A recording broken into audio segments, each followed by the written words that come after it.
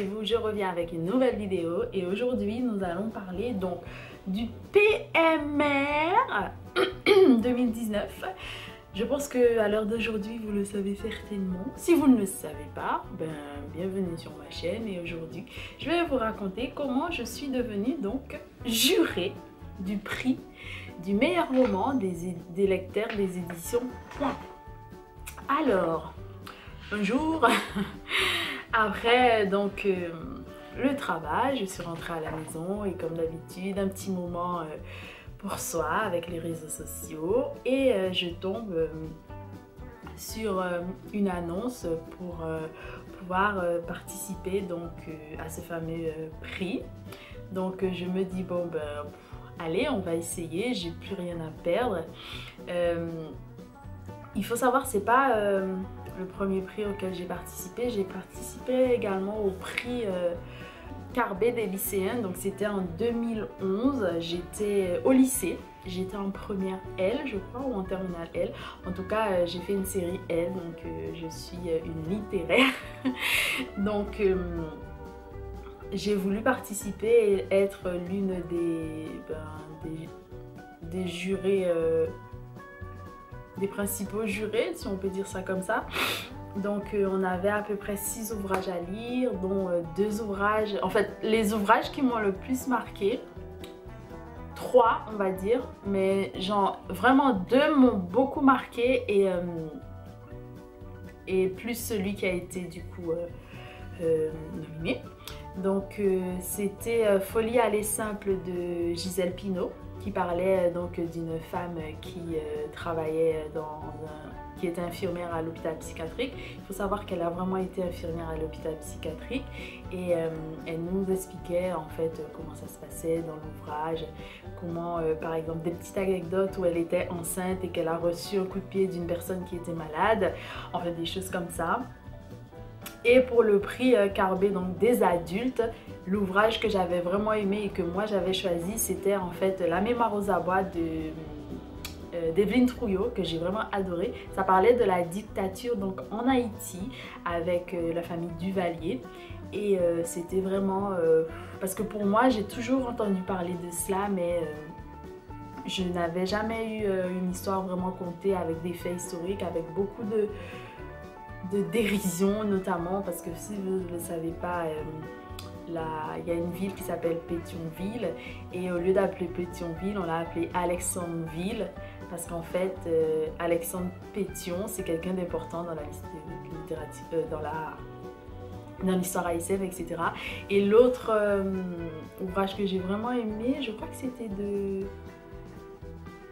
Chamoiseau, ça s'appelait l'Hôtel du Bon Plaisir et c'était une institution en fait, cet hôtel, cet établissement qui était autrefois un hôtel du Bon Plaisir et qui devient autre chose. Enfin c'était bien et voilà.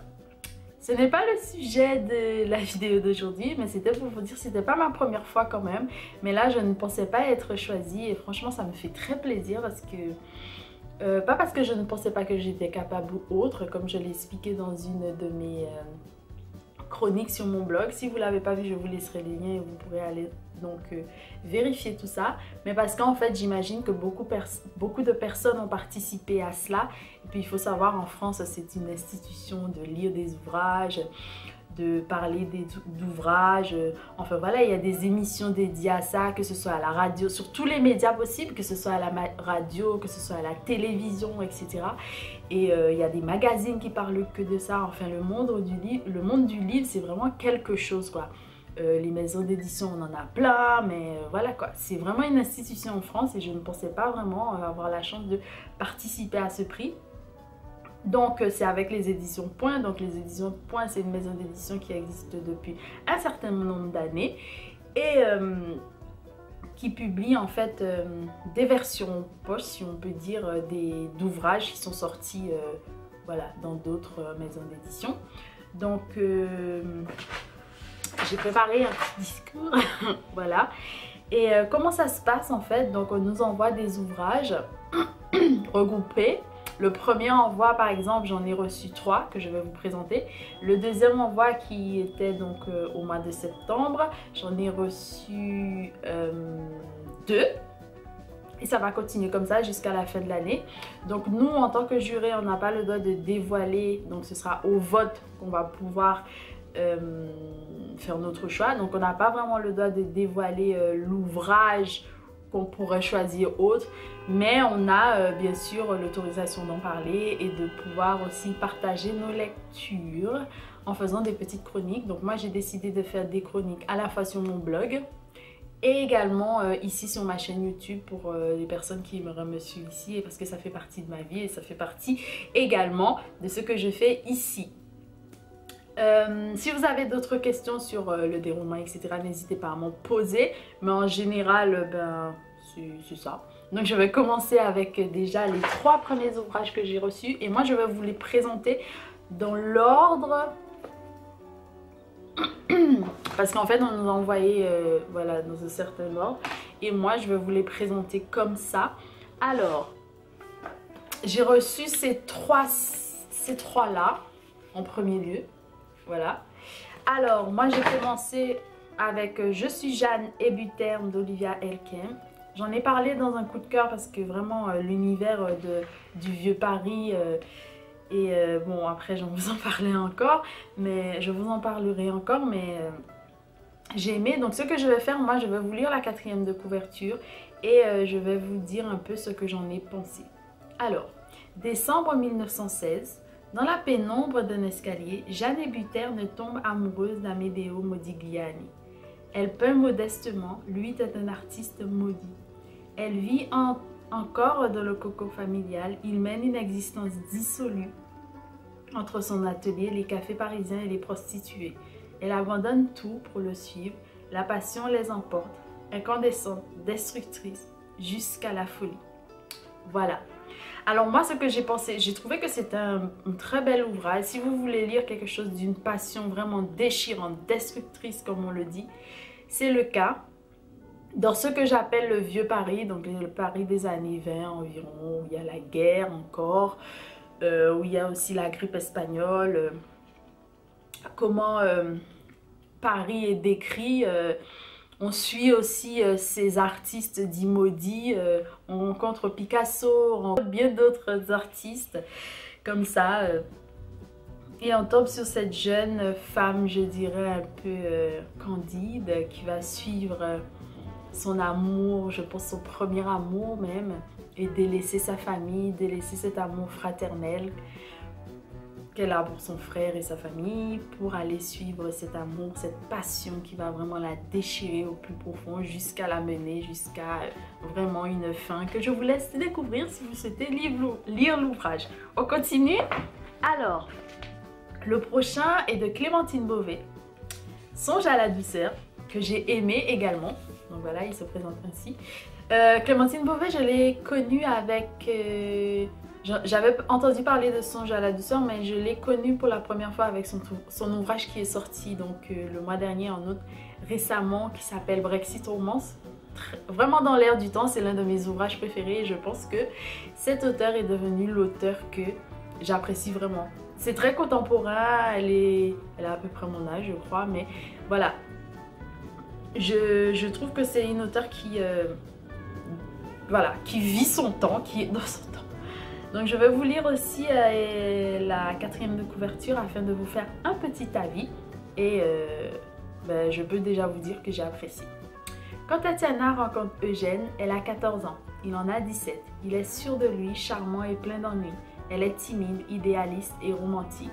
L'inévitable se produit, elle tombe amoureuse et lui semblerait-il aussi. Alors elle lui écrit une lettre. Il la rejette, pour de mauvaises raisons peut-être. 10 ans plus tard, ils se retrouvent par hasard. Tatiana a changé, Eugène également. Vont-ils encore aller à l'encontre de leurs sentiments? Donc voilà, on rencontre ces personnages qui se connaissent ou qui se sont connus et on se retrouve dans encore une petite passion, cet amour qui a duré en fait, qui a perduré malgré le temps. Oui, parce que c'est pas évident, parce que quelquefois on peut vivre au quotidien avec quelqu'un et ça s'essouffle. Tandis que là, on peut ne plus revoir quelqu'un et rencontrer cette personne quelques années plus tard et toujours ressentir la même chose. C'est incroyable, on est d'accord? C'est vraiment incroyable. Donc je vais vous laisser découvrir vraiment ce qui va se passer, s'ils vont rester ensemble, s'ils vont se séparer à nouveau, s'ils vont succomber, etc. Je vous laisse découvrir tout ça parce que c'est vraiment vraiment top. Petite surprise, l'ouvrage n'est pas écrit comme on le penserait.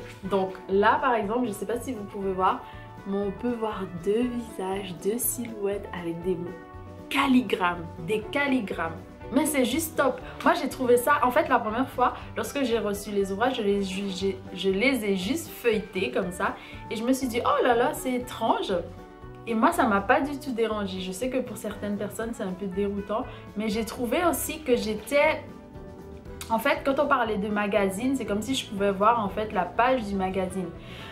Quand on parlait de certaines choses, c'était comme si j'avais une petite voix. Vous savez quand on vous dit on a une petite voix dans la tête qui nous parle, comme dans les dessins animés. Et matérialiser ces choses-là en littérature, c'est plus difficile que d'une façon visuelle, mais animée, c'est-à-dire avec des vidéos, des films et des séries. Et j'ai trouvé ça top de pouvoir faire ça dans la littérature. Grâce à des calligrammes ou des formes ou des choses comme ça, c'est vraiment trop bien. Donc j'ai apprécié aussi cet ouvrage pour sa forme et pas seulement pour le fond. On continue. Le troisième que je lis en ce moment, j'ai un peu de mal, donc j'ai arrêté ma lecture, j'ai relu autre chose. J'ai fait autre chose et je lis autre chose en ce moment pour pouvoir aérer, distancer, avoir un peu de recul parce que franchement cet ouvrage, je le trouve un peu difficile pour ma part. Je ne suis pas la seule à le penser, mais c'est vraiment un peu difficile. Donc c'est L'avancée de la nuit de Jakuta Alikavazovic. Excusez-moi, j'ai du mal, mais voilà. C'est cet ouvrage. J'adore la couverture néanmoins, mais un peu de mal. Donc je vais vous lire encore la quatrième de couverture. Je vais vous dire un peu ce que j'en pense. Je n'ai pas terminé, je suis encore au début. Je rame un peu pour ne pas vous mentir. Je suis dans une panne de lecture. D'où l'intérêt d'avoir autre chose et de faire autre chose et de lire autre chose. Parce que franchement, c'est un peu difficile. Paul est étudiant le jour, veilleur dans un hôtel la nuit. Seules les allées et venues de l'énigmatique Amélia, riche héritière qui y occupe une chambre à l'année, viennent rompre la monotonie de son service. Fasciné par les mystères qui l'entourent, Paul tombe fou amoureux. Il s'aime passionnément jusqu'au jour où Amelia part subitement pour Sarajevo à la recherche de sa mère disparue. Voilà, moi lorsque j'ai lu ça, ça m'a plu. Ensuite, lorsque j'ai ouvert, je trouve que déjà c'est très dense. Vraiment très dense pour ma part. Et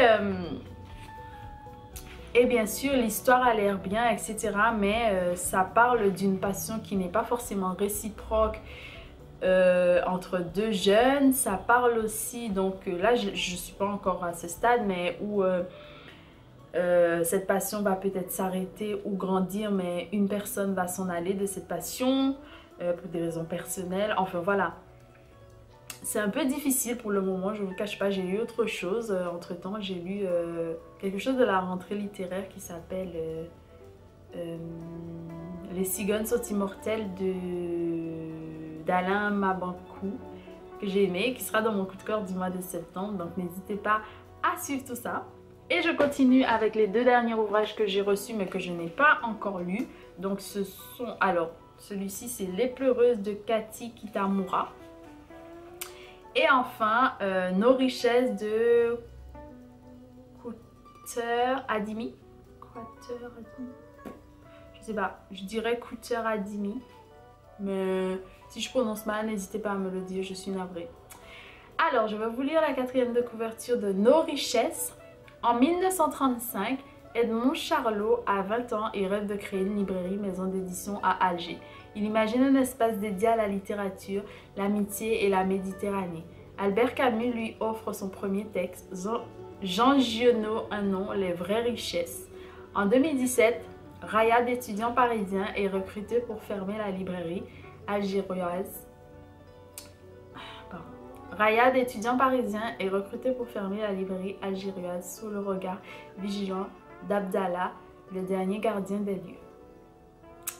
Alors ça c'est top parce que ça parle de librairie. Pour moi c'est juste dans l'air du temps parce que dans ma vie personnelle là, je parle beaucoup de librairie. Donc comme vous le savez, si vous avez vu ma vidéo pour les 1 an de la chaîne, je suis devenue libraire il n'y a pas très longtemps. Et du coup, Voilà, c'est très touchant. En plus, ça parle de fermer une librairie. C'est très touchant. J'ai hâte vraiment de lire celui-ci. Et enfin, Les Pleureuses. Elle est séparée de Christopher depuis 6 mois. À sa demande à lui, ils n'en ont rien dit. Elle a refait sa vie, puis Christopher disparaît. Il a été vu pour la dernière fois dans un hôtel désolé du Péloponnèse. Quand sa belle-mère ignorante lui demande de partir sur les traces de son mari, dans ce paysage touristique ravagé par les incendies, elle accepte. Pourquoi? Le sait-elle seulement? Voilà, je ne me rappelais pas du tout de cette 4e de couverture. C'est touchant, c'est vraiment touchant, mais je pense aussi qu'il y a de l'amour encore, parce que franchement, partir à la recherche de quelqu'un qu'on a aimé, ou qu'on aime encore, c'est touchant, ne sachant pas ce qui va se passer, qu'est-ce qui va arriver. Enfin bref, ce sont mes interrogations. Si vous les avez lues, ou si vous souhaitez les lire, n'hésitez pas à me le dire. Mais voilà, ce sont les ouvrages que j'ai reçus pour le moment. Je vais essayer de vous faire un... Voilà, si vous voulez les lire. Merci d'avoir regardé cette vidéo. J'espère que ça vous a plu. Et j'espère revenir avec bien sûr des chroniques plutôt écrites et aussi vous donner de nouvelles de temps en temps de ce qui se pourrait passer donc avec ce prix. Je vous embrasse très fort, je vous dis à très bientôt. N'hésitez pas à me suivre sur les réseaux sociaux et à bientôt pour une nouvelle vidéo. Bonnes aventures et bonne lecture, bisous!